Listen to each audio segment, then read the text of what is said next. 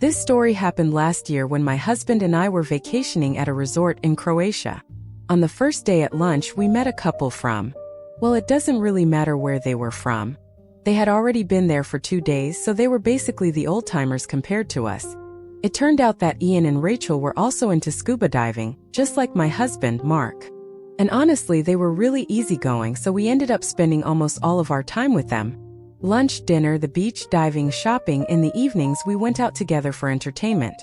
The only time we didn't meet was for breakfast. Rachel loved to sleep in, and while I don't mind lounging either, I burn easily, so I had to go to the beach in the morning or late afternoon. So, at breakfast we had different neighbors, most often 2 guys a bit younger than me. I might not have paid them much attention, but one of them spoke pretty good Russian with a slight accent. The other one was always quiet and just smiled. I spent a long time guessing where they were from. I had a lot of options. I ruled out Southern Europe. Finally, I settled on Swedes or Germans. I was curious if I was right, but it felt awkward to ask. Our interaction was limited to saying hello and wishing each other a pleasant meal. We fell into a daily routine that stayed the same almost until the end of the trip. Morning beach after breakfast. Rachel and Ian would join a bit later. During the peak heat, we'd either go back to our rooms or head into town. When the heat died down, it was time for diving, then back to the beach until sunset, followed by the bar, a cafe, or dancing.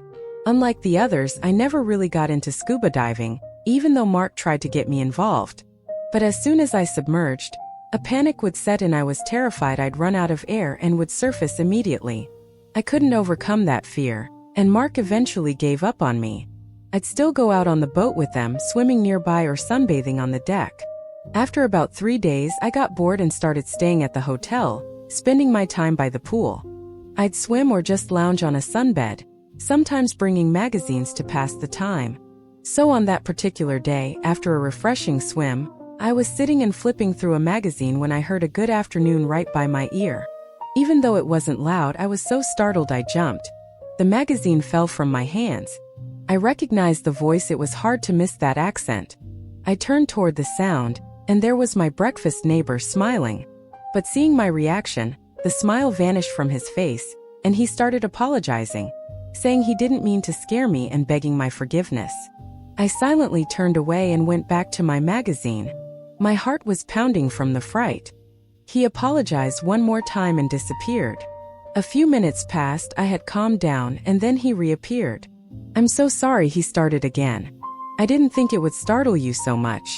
I just wanted to. It's fine, I'm okay now. Just don't do that again." "Yes, of course, sorry. Please let me make it up to you." I looked at him. He was holding a glass of wine, and his face showed genuine remorse. I almost felt sorry for him.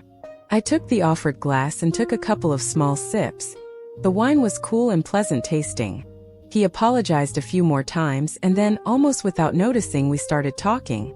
He did most of the talking, and I just chimed in with a word or two. I learned a lot about him.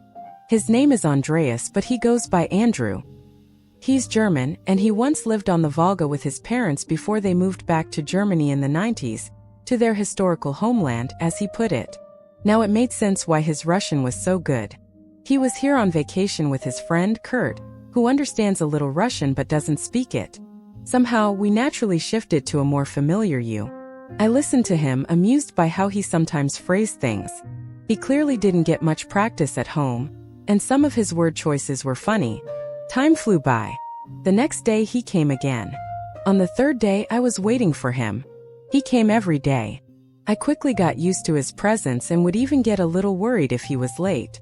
We got along easily. I enjoyed our conversations, and he left a pleasant impression. I even started to feel a certain fondness for him. We talked about everything. Somehow there were no forbidden topics. It was simple, easy, and pleasant with him. Our vacation passed the halfway point. The days began to blur together.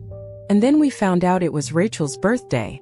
That event changed our routine for the day. Mark and I spent half the day looking for a gift for her.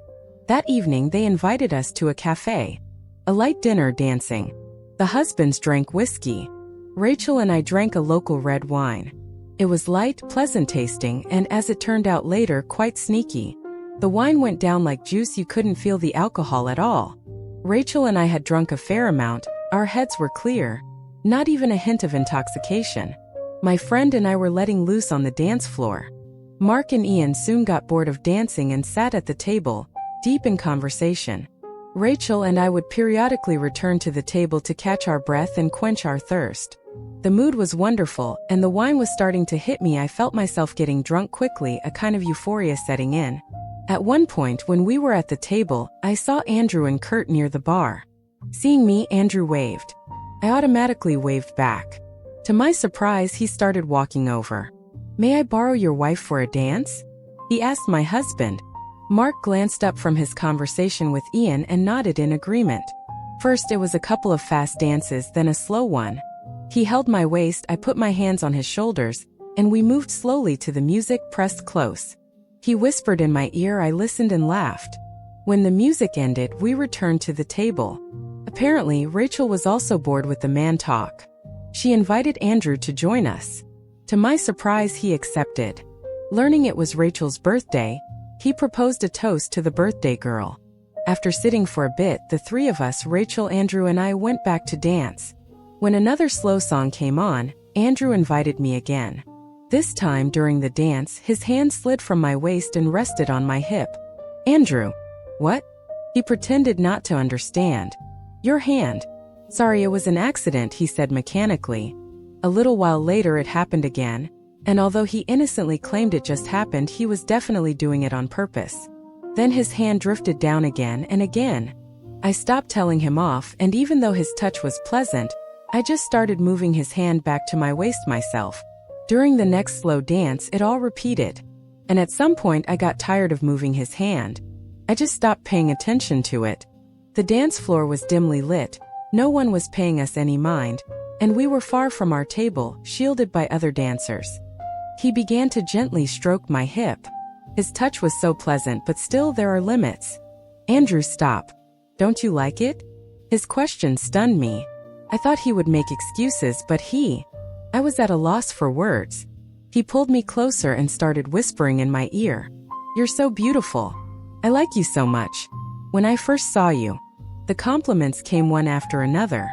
His words were a little disjointed but so flattering. They went straight to my head. Along with his hands, the alcohol. My head was spinning. "Stop, I'm begging you." The stream of compliments continued. And then he stopped talking and started kissing me. My ear, my hair, my neck.